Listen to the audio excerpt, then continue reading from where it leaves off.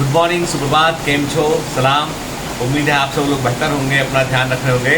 जैसा कि आपने देखा कि बहुत तेज है मुंबई में जो है वो जमकर रेनफॉल हो रहा है। मतलब कल रात से शुरू हुआ है, कल लगता है लेट इवनिंग से शुरू हुआ है, उसके बाद से लगातार पानी गिर रहा है। मतलब अभी खबर आएगी आप लोगों को कि मुंबई में सड़कें भरी हुई हैं, ऐसा हो गया वैसा हो गया, ठीक है ना, ये रास्ता बंद वो, क्योंकि पानी इतना ज़ोर से गिर रहा है। पूरा तकरीबन मुझे लगता है 10-12 घंटे तो हो चुका है। देखो ना, आप आवाज़ सुनो, इसका अपना एक म्यूज़िक है, इसका अपना एक मज़ा है।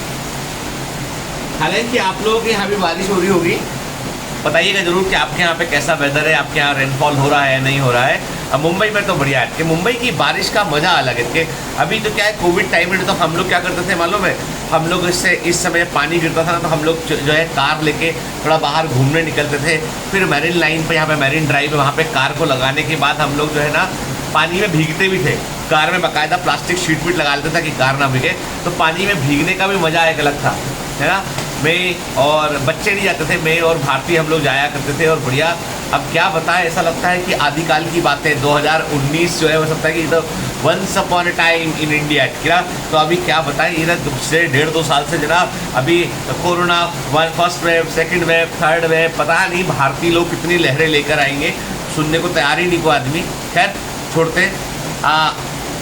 अच्छा ये बताओ ना, आप लोगों ने एप्लीकेशन फॉर्म जो है उसके ऊपर मैंने कल एक वीडियो बनाया था, वो देख लेना। आपने कोड को लेके कंफ्यूज मत रहिएगा बेटा।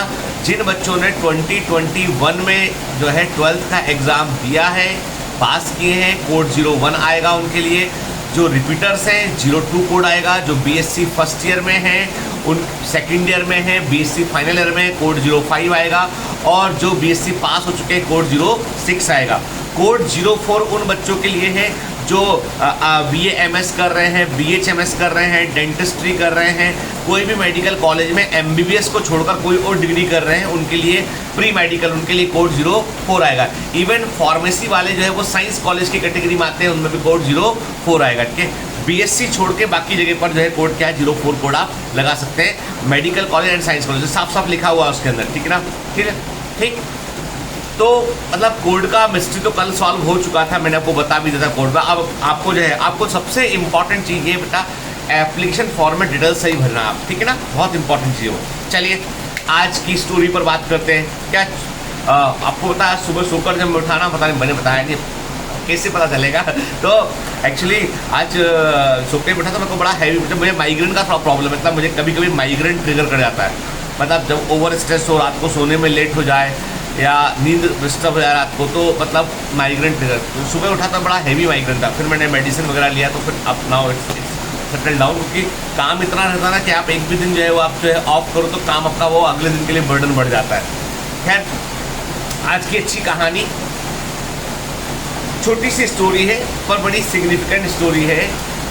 एक बार एक आदमी होता है, उसके पास एक गधा होता है, ठीक है। और वो गधा जो है ना उस आदमी के जीवन यापन का एक बड़ा सहारा होता है। उस गधे के ऊपर वो बोझ रखता है और लेके जाता है। कोई बोलता है यहाँ से वहाँ सामान लेके जाना है, तो वो गधा उसका जो है वो, समझ लीजिए जैसे आज के ज़माने में लोग टेम्पो वेम्पो रखते हैं ना, पहले के ज़माने में लोग गधा रखा करते थे। तो गधा उसके जीवन का बड़ा इंपॉर्टेंट हिस्सा होता है। और गधा से क्योंकि गधे से उसका घर गृहस्थी चलता है, ठीक है। एक बार वो दोनों जा रहे होते हैं, गधा और वो आदमी जिसका जो उसका मालिक होता है। पता नहीं कैसे गधा जो है एक बड़े से गड्ढे में, एक गड्ढा होता है, एक गड्ढा होता है, उसमें गधा नीचे गिर जाता है। अरे गधा नीचे गिर गया, बहुत कोशिश करता है वो आदमी गधे को बाहर निकालने की, तमाम जितनी कोशिश हो सकती है वो सारी कोशिश करता है। अब चूंकि जंगल का वो एरिया होता है, वहाँ पे कोई उसको हेल्प भी नहीं मिलती है, पूरी कोशिश करता है लेकिन वो गधे को बाहर नहीं निकाल पाता। गधा भी कोशिश करता है, वो आदमी भी कोशिश करता है, लेकिन वो गधा बाहर नहीं निकल पाता। फाइनली उस आदमी को लगता है कि यार देखो अब जो है वो लूटने का वक्त हो गया। कई घंटों से मैं प्रयास कर रहा हूँ और इस गधे को मैं निकाल नहीं पा रहा हूँ, तो अब एक काम करता हूँ कि मैं क्या करूँ। वो उसे लगता है कि यदि मैं इसको छोड़ गया तो ये गधा भूखा पैसा रहेगा, भूखा मर जाएगा ये, और बहुत तड़प तड़प कर मरेगा ये। मतलब इसको भूख लगेगी, पानी नहीं है यहाँ पे, गड्ढे में कहाँ से आएगा पानी, न खाना के कुछ रहेगा नहीं इसको, तो ये मर जाएगा। और चोट भी लगी हुई है इसको। तो मतलब मैं क्या करूं, मतलब मेरा इसने इतना साथ दिया है, तो एक काम करता हूं मैं इसको कि इसकी मृत्यु को मैं ठीक कर देता हूं, ये ऐसे दुख से ना मरे हो। तो वो कहता है चलो उसको जिंदा दफना देते हैं, उसको मिट्टी डाल के दफना देता हूँ ताकि काम खत्म, मैं भी घर जाऊँ अपने, भैया गधा नहीं रहा, ठीक है। अब वो आदमी ऐसा सोच के क्या करता है, ऊपर गड्ढे में ऊपर से बाहर मिट्टी इकट्ठा करता है और लाके वो अंदर डालना शुरू करता है मिट्टी। पत्थर नहीं डालता, तो पत्थर से चोट लग जाएगी और उसको मिट्टी डालता है, दफन करने की कोशिश करता है, जिंदा दफन कर दूँ गधे को। मिट्टी डालता है, जैसे ही मिट्टी डालता है गधे के ऊपर मिट्टी आती है, गधा मिट्टी को झटकारता है और उस मिट्टी के ऊपर खड़ा हो जाता है। फिर वो और मिट्टी डालता है, गधा जो है मिट्टी को झटकारता है, फिर मिट्टी के ऊपर टीले के ऊपर और खड़ा जाता है। ऐसे करते करते वो दफनाने की कोशिश कर रहा था। गधा जो है वो मिट्टी को झटकार कर उसके ऊपर खड़ा हो जाया करता। धीमे धीमे वो गड्ढा भरता गया, गधा ऊपर आता गया और फाइनली गधा बाहर निकल गया। क्लियर? हमारे लाइफ में भी समस्याएं ऐसी होती है बेटा, जो डिफ़िकल्ट टाइम होता है ना, वो भी ऐसे होता है कि हम यदि जब तक उससे हम जूझते रहते हैं, हम उससे बहुत ज़्यादा प्रयास करते रहते हैं, उसको लेकर हम बहुत ज़्यादा वरीड होते हैं, वो आपको बाहर नहीं निकलने देता है, वो वहीं फंसा के रखेगा। पहले भी कोशिश किया था उस आदमी ने गधे को बाहर निकालने का, लेकिन यदि हमने बहुत ज़्यादा फोकस किया समस्याओं पर, समस्याओं से जूझते रहे हम और उनसे हम जो है दो हाथ करते रहे, तो हमारा वक्त इतना ज़ाया चला जाता है कि हम उस गड्ढे में फंसे रह जाते हैं। लेकिन यदि आपने समस्याओं को झटकार दिया आपने और उनके ऊपर खड़े हो, ठीक है, होगा जो होगा देखा जाएगा, अभी हम अपना काम अच्छे से करते हैं, जो होगा देखा जाएगा, अभी हम अपना काम अच्छे से करते हैं, तो धीमे धीमे वो समस्याएं फेंट पड़ाती है। देखो, किसी को आप बहुत तवज्जो दोगे, बहुत जो है किसी को आप जो है बहुत वेटेज दोगे, तो वो ज़्यादा हर्ट कर देता है कई बार। तो यदि हम किसी को ज़्यादा, हम कैजुअल है, ठीक है, सब कुछ ठीक है, हाँ बढ़िया, तो उससे हमको उतना हर्ट भी नहीं होता है, ठीक है ना। तो कहने की बात है कि समस्याएं भी ऐसी होती है, समस्याओं पर जितना ज़्यादा फोकस आपका होगा उतना वो आपको हर्ट करेगी, और प्रॉब्लम्स पर यदि फोकस कम करोगे तो वो झटकार कर आगे बढ़ जाओगे, तो बाहर निकल जाओगे उनसे। एंड प्रॉब्लम्स जो है, यदि आप उनसे डोमिनेट हो गए तो वो दबाएंगी, और यदि आप उन पर डोमिनेट हो गए तो वो दब जाएंगी। समस्याओं का यही नियम है कि आप पर डोमिनेट हो गई तो आप दब जाओगे, यदि आप उस पर डोमिनेट हो गए तो वो दब जाएगी। और दुनिया में ऐसी कोई प्रॉब्लम नहीं है जिसका कोई सॉल्यूशन ना हो। यदि इसका कोई सॉल्यूशन नहीं है तो वो प्रॉब्लम ही नहीं है, वो यूनिवर्सल लॉ है फिर वो, कि भैया पृथ्वी सूर्य का चक्कर लगा रही है, मेरी प्रॉब्लम है कि क्यों घूम रही है। अरे भाई घूम रही तुम कुछ नहीं कर सकते ना उसमें, है ना।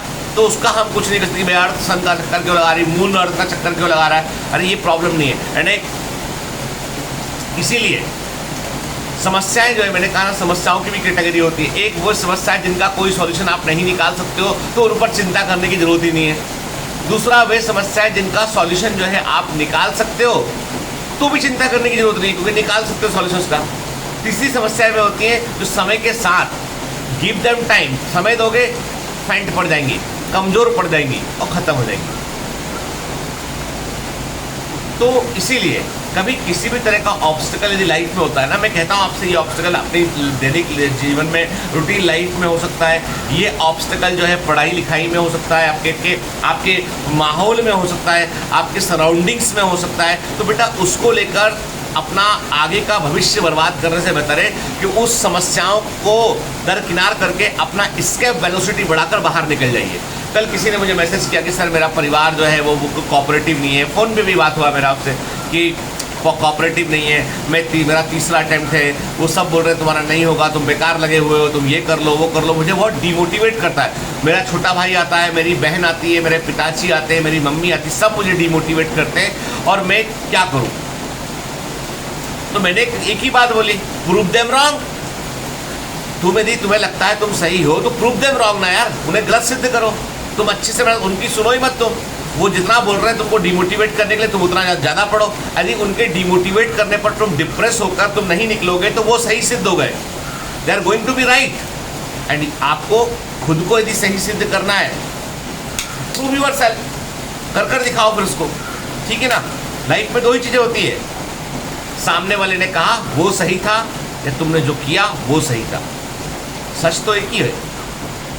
अब डिपेंड करता है कौन किसकी बात मान गया। आप कर जाओगे, आपका कद ऊपर बढ़ जाएगा, आपकी बात मानी जाएगी।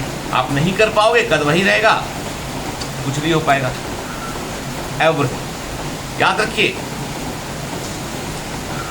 जो किस्मत होती है ना, वो हाथ की लकीरों पे नहीं होती है। किस्मत हाथ की लकीरों पर नहीं होती है, उसे जुनून की तलवार से उकेरना पड़ता है, उसे जुनून की तलवार से उकेरना पड़ता है। याद रखना है, ठीक है। चलिए हैव अ ग्रेट डे, बढ़िया अच्छे जम के पढ़ना बेटा, फोड़ना इस बार, ऑल द बेस्ट।